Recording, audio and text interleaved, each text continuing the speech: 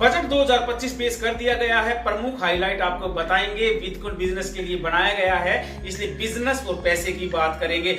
दोस्तों, अब आपको बैंक से बिना कोलेटरल सिक्योरिटी के, बिना थर्ड पार्टी गारंटी के 10 करोड़ तक का लोन मिल सकता है। पहले ये लिमिट 5 करोड़ रुपए तक की थी। अगर आपका स्टार्टअप है तो इस लिमिट को 10 करोड़ से 20 करोड़ बढ़ा दिया गया है। सीजीटी एमएससी कवरेज को बढ़ा दिया गया है। अगर आपका बिजनेस वाइबल है, स्केलेबल है, चलने वाला है, अच्छा है, तो बैंक आपसे 10 करोड़ तक के लोन पर कोई कोलेटरल सिक्योरिटी नहीं मांगेंगे। दोस्तों, एमएसएमई की क्लासिफिकेशन को भी चेंज कर दिया गया है। आपका बिजनेस एमएसएमई में है या नहीं है, दो चीजों पर निर्भर करता है, इन्वेस्टमेंट पर और टर्नओवर पर। जान लेते हैं ये क्या होता है।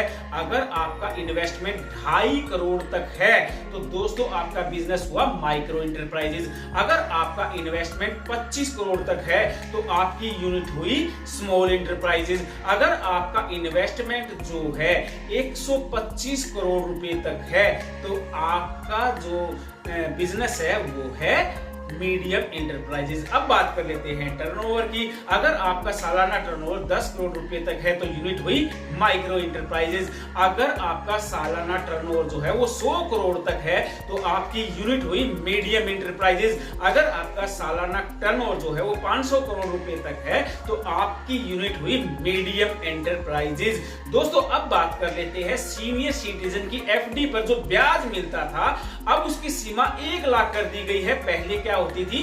50,000 रुपए। दोस्तों, एनपीएस वात्सल्य एक नई स्कीम आई है। अब आप माइनर का भी, यानी कि 18 साल से कम उम्र के बच्चे का भी आप जो है एनपीएस करवा सकते हो। इसको 80 सीसीडी में जो है वो कवर कर दिया गया है। अब बात कर लेते हैं जो इंटरेस्ट जो मिलता था, जो आपको रेंट मिलता था, उस पे जो टीडीएस कटता था। पहले क्या होता था, अगर आपको 2,40,000 से ऊपर रेंट मिलता है उस पर टीडीएस कटता था। अब इस सीमा को कर दिया गया है 6 लाख रुपए। और दोस्तों, अगर आपकी सेल्फ ऑक्यूपाइड प्रॉपर्टी है तो उस पे नोशनल जो रेंट जो है अब 2 प्रॉपर्टी तक आप ले सकते हो। पहले 1 प्रॉपर्टी होती थी। अब बात कर लेते हैं अपडेटेड इनकम टैक्स रिटर्न की। अब आप 4 साल तक भर सकते हो, पहले ये 2 साल था। अब बात कर लेते हैं किसानों की। किसानों का जो सब्सिडाइज वाला लोन होता है, सब्सिडी वाला लोन होता है, यानी कि किसान क्रेडिट कार्ड, उसकी सीमा को बढ़ाकर 3 लाख से 5 लाख रुपए कर दिया गया है।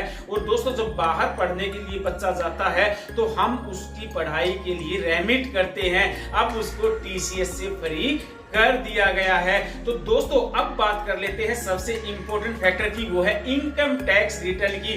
12 लाख रुपए तक की इनकम जो है वो टैक्स फ्री कर दी गई है।